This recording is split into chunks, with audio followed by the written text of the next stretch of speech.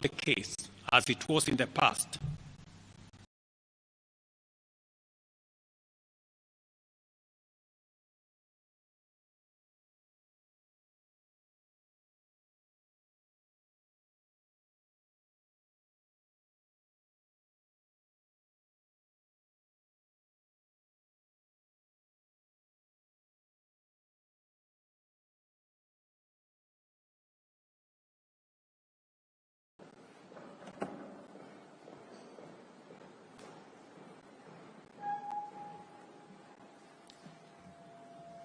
Special emphasis on making sure that children from vulnerable families have the requisite support in their education. We have also improved the student-teacher ratio in both our primary and secondary schools by hiring an additional 56,000 teachers and also hiring an additional 2,000 tutors for our TVET institutions.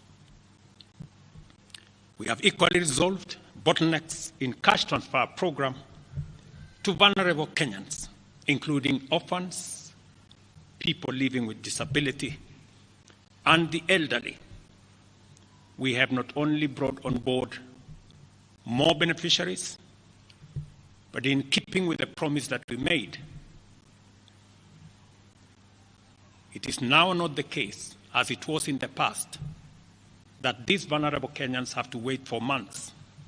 Now their stipends are paid as salaries of public servants are being paid. We did roll out the Hustler Fund that today benefits 2 million Kenyans.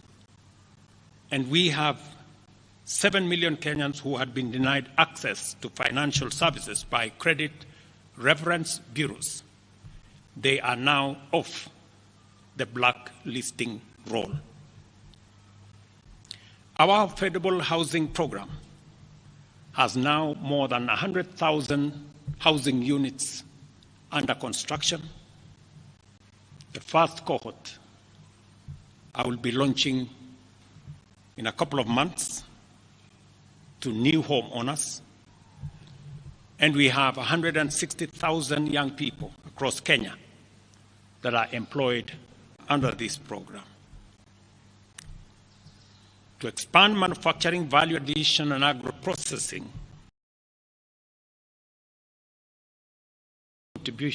contributor to job creation, 18 county aggregation and industrial parks, and 6 new special economic zones are under construction across Kenya. And at the same time, we have 200 fresh produce markets that are at various stages of construction to support our farmers with access to markets for their produce, in keeping with the commitment we made to our mama mbogas. To accelerate manufacturing, last year we imposed levies on importation of clinker that can be manufactured in Kenya. We made a saving of Kenya shillings 20 billion in foreign exchange as imports of clinker dropped to almost zero. We also imposed levies on imported steel billets. And today, we have 11 steel factories that 6 years ago were closed. They have started operation, hiring 16,000 Kenyans, and last year alone, we saved 120 billion shillings in foreign exchange as a result of this intervention. Our digital transformation agenda is also on course with 17,000 government services online, while we have 274 digital hubs across Kenya with 150 2,000 students and digital workers in our TVETs and also in digital hubs in different parts, up and running and giving young people an income. Our universal health coverage plan has already onboarded 107 community health promoters, and the process of registration for our social health insurance fund is ongoing, on its way to launch on the new date of 1st of October 2024 that will make it possible for every Kenyan to have a health insurance and for those suffering from critical illnesses to have access to the critical illness fund, making it possible for every Kenyan to have access to treatment without the burden of having to fund it. On the measures I announced last week, barring state and public officers from engaging in harambes, I want to inform the country that the Public Fundraising Appeals Bill is now ready for publication tomorrow. However, even with the progress we have made, I am acutely aware that the people of Kenya have very high expectations of me. And they believe that this administration can undertake the most extensive transformation in our nation's history. Recent events that necessitated the withdrawal of the finance bill, which will require a review and reorganization of our budget and fiscal management, have brought us to an inflection point. Upon reflection, listening keenly to what the people of Kenya have said, and after a holistic appraisal of the performance of my cabinet and its achievements and challenges, I have today, in line with the powers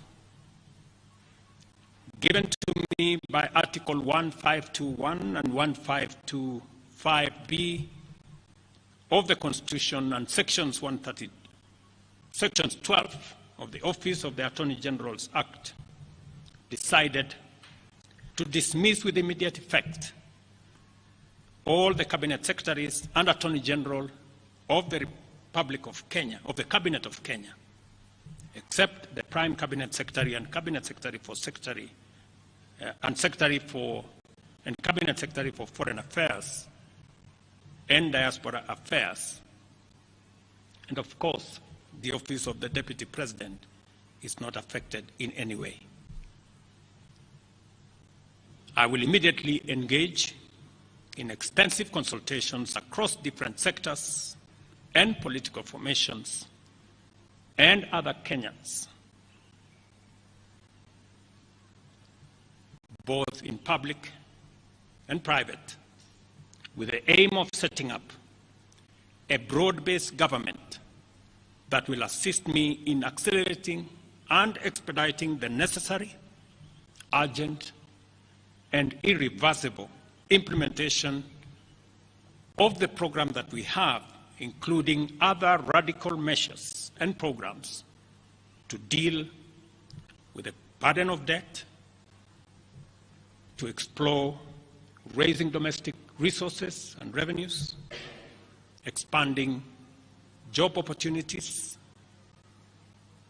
eliminating wastage and unnecessary duplication of a multiplicity of government agencies, and slaying the dragon of corruption, consequently making the government of Kenya lean, inexpensive, effective, and efficient.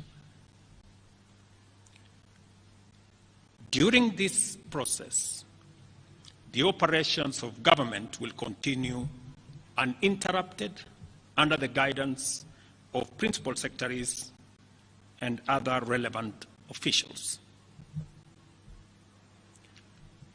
I will be announcing additional measures and steps in due course. Thank you very much, and God bless our great country, Kenya. Asanteni sana.